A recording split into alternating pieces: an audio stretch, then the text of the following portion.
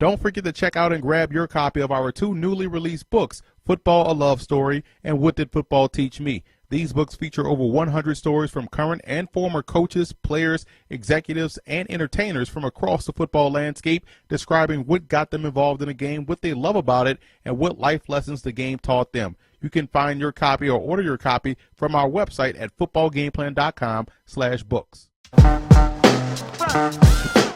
Welcome to footballgameplan.com, where football makes sense. I'm Emory Hunt, the czar of the playbook, here with Teron Davenport, and we're at the 2016 East-West Shrine Game. We're wrapping up this week, and we're going to hand out some practice awards, guys that have stood out all week long with their performances. Now, before we jump into this list, Teron, we got to let everybody know that this is not saying that, okay, if these guys stood out, then the other guys didn't. It's just highlighting some guys that had tremendous performances. Everyone played well this week, no injuries. Everyone did a great job in showing themselves positively in front of NFL scouts and CFL scouts and other personnel decision makers and whatnot. So starting with the East team, Teron, looking at the quarterback position, I think Blake Fronapple of UMass stood out to me the most. I think he had a very good week of practice for the East team.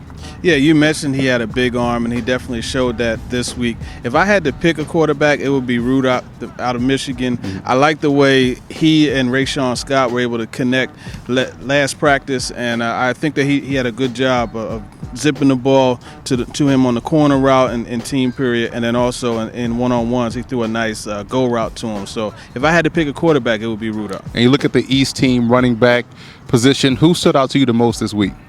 Another guy is what have you done for me lately? That's what's fresh in my memory. I'm going to have to go with Illinois, Josh Ferguson. But throughout the week, he really did a good job of catching the ball out the backfield. He has the ability just to kind of squirt through different tackles and things like that. But on Wednesday, he really showed the speed outside getting to the corner. He had a really nice cutback move on Bolden, and that was a nice job of freeing himself up, getting back on track and extending his run. I thought Brandon Ross out of Maryland was the most consistent, in my opinion, all week long on screen passes, catching the football out of the backfield and the flare routes and flat routes, running the football very well in 9-on-7 and also inside period. I thought he did a good job all week long. Like we said before in our preview, it's not going to be flashy. It's not going to be dynamic, but it's consistent. It's Alfred Morris-like, and that's why I like what he did this week. Just proving me right about what I saw early in the season at Maryland. Now, your position, the wide receiver position, who stood out to you the most? I'm going to have to go with Chris Brown. You had a funny comparison, the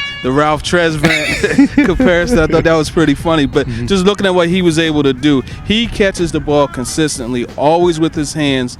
Crisp routes. He was able to work the underneath routes. He was able to get deep. He did a really good job of turning some of the DBs around. So he would be my receiver that stood out from the east side. How about you? I look at Tajay Sharp out of UMass. We clowned earlier about, he may be a little bit light as far as weight, but he's a guy that definitely sacrifices his body and did a great job catching the football over the middle of the field, downfield in 7-on-7s and 1-on-1s. I thought he did well. I think he showed himself nicely this week for the East team. Now, sticking with the passing game, we're going to look at the tight end position. Which tight end stood out to you the most coming from that East squad? This was surprisingly some good tight end play this week we saw, but which tight end stood out in your mind? Well, right away, Darian Griswold out of Arkansas State would be the one that stood out to me. He surprised me in that first practice. He made a nice jumping catch on the out, and then later on throughout the week, he consistently caught the ball in the seams and things like that. He would be the one that stood out. I was surprised by how soft his hands are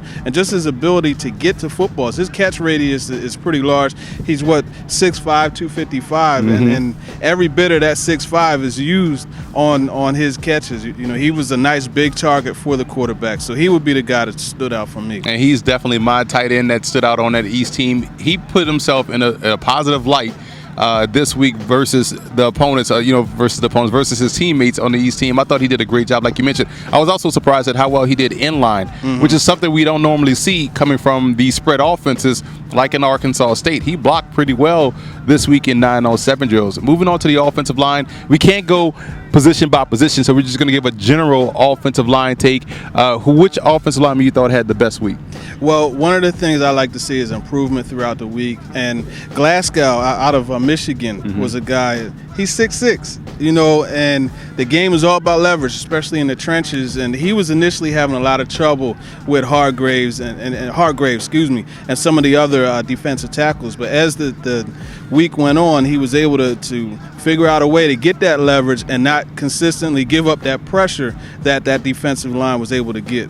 I look at Charles Vaillancourt out of Laval, which is a CIS program in Canada. Canadian college football always has a presence here at the East-West Shrine game. And one thing you worry about is the strength level of competition up there and coming down here and handling that consistency game to game, down to down, play to play.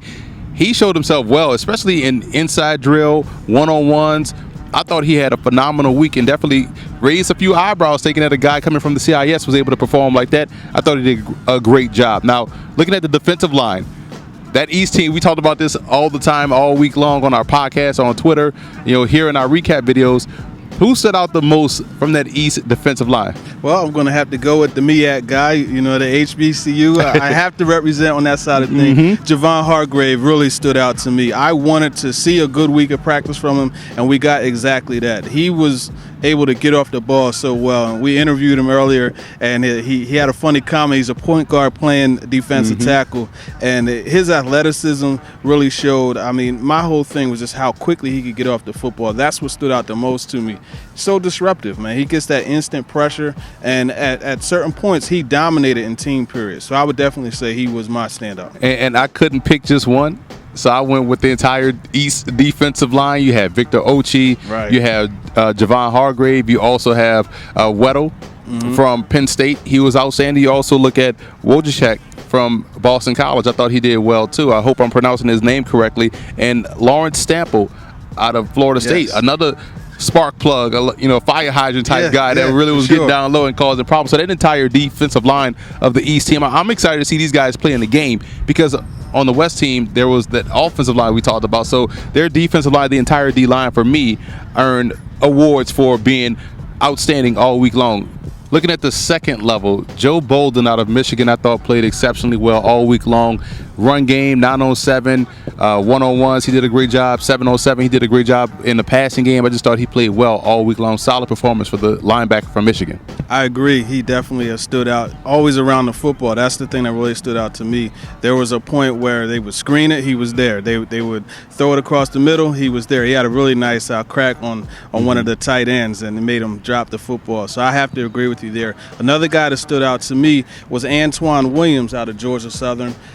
At that size, 6'3", 245, the way that he was able to track down the ball carrier, there was a play on Monday where he was able to weave through the traffic there and get to Keenan Reynolds, the Navy quarterback / running back. So he's a guy that stood out. I was kind of looking to see what he could do because you had mentioned how he was a really good running hit linebacker and how they used him in space at Georgia Southern, and it really showed here today. Now you're looking at the third level, the secondary. I thought you look at a guy from Vanderbilt and Andrew Williamson. I thought he did exceptionally well. Fluidity in his hips.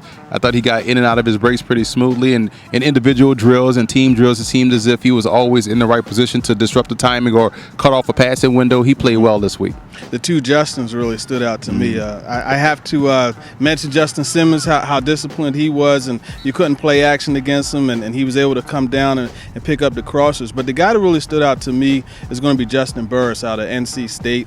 I really like the way at that size he was able to move. I love his desire to press, and it really showed in one-on-ones. He was able to disrupt the wide receivers, and obviously in one-on-ones you have plenty of time to throw the football, so they ran the mad bohemian routes to get open, but it definitely showed that he could cover, and that's something at 6'1", 207 you really want to see out of a corner. So Justin Burris out of NC State stood out to me. So now let's look at the offensive MVP for the E squad. Who is your MVP? I'll let you go first. Who is your MVP offensively?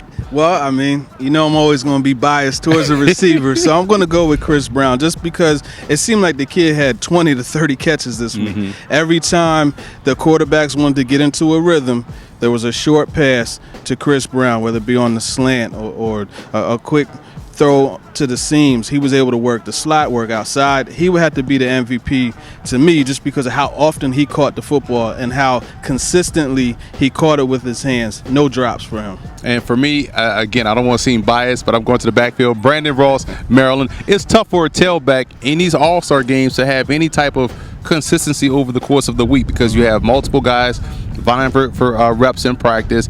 You don't really get the ball on carries a lot, but this unique situation, we saw him carry the football a lot. We saw him catch the football a lot. So I thought he did well. I thought he was the most consistent back all week long. So I would say Brandon Ross out of Maryland gets my vote. Now, defensively, who's your defensive MVP? Well, just like Chris Brown and his consistency, you saw consistency from Bolden. So he would be my defensive MVP every single time, like I mentioned before.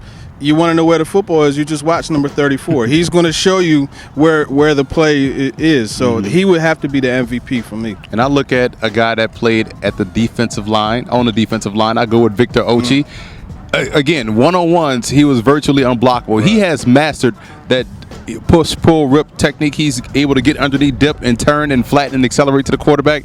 All those football terms you like to utilize, when you describe a defensive end, it aptly describes Victor Ochi out of Stony Brook, an FCS guy coming in this week.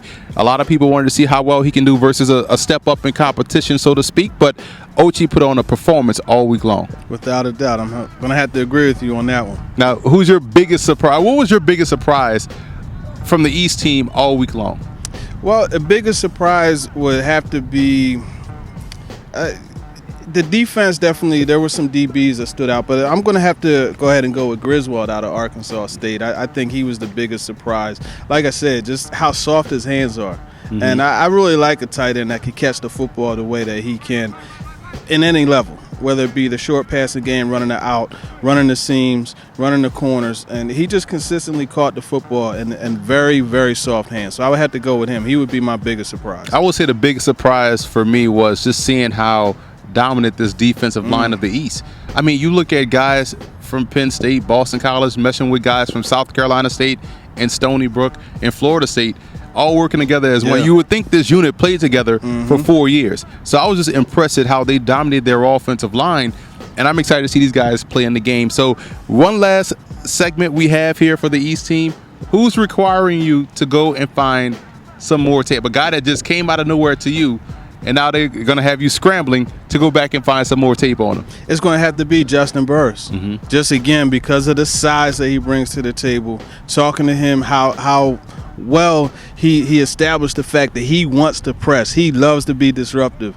And when you look at a lot of these defenses, they want to be able to slow down the passing game, disrupt the timing. And that's what a guy like Justin Burris, from what we saw this week, is able to do. So I want to go back and see how that shows up on film. And I look at a guy that is an undersung player this week, Devin Johnson from Marshall, the H-back. So he played a little bit fullback, H-back. They threw the football to him a lot in 7-on-7 in team drills. He catches the football well. And once he gets the football in his hands, he's dangerous because he's going to run over blockers. Run over tacklers. He's going to run over defenders, and he does a great job, working within this offense. And you need H-backs. You see a guy, let's say like a Jordan Reed, and I'm not saying he's Jordan Reed, but you see the impact a guy that's built like Reed can have on a football game. It allows you to put another tight end in there, and now you have two guys that can catch the football. He was a guy that I thought, okay, he did well this week. Let me go back on tape and see how they utilize him at Marshall and see where I can grade him and then project him to the next level. So those are some guys that stood out to us, some surprises, some MVPs, some guys that had great weeks of practice. Like I said before, everybody here did a great job at the East-West Shrine game. This is the East team. Stay tuned for our West practice awards, where we're going to go through the same things: offensive, defensive MVP, surprises, takeaways, all of the things we did in this video you'll see on our West team practice award recap. So for Teron Davenport, I'm Emory Hunt. We'll catch you guys on the West side.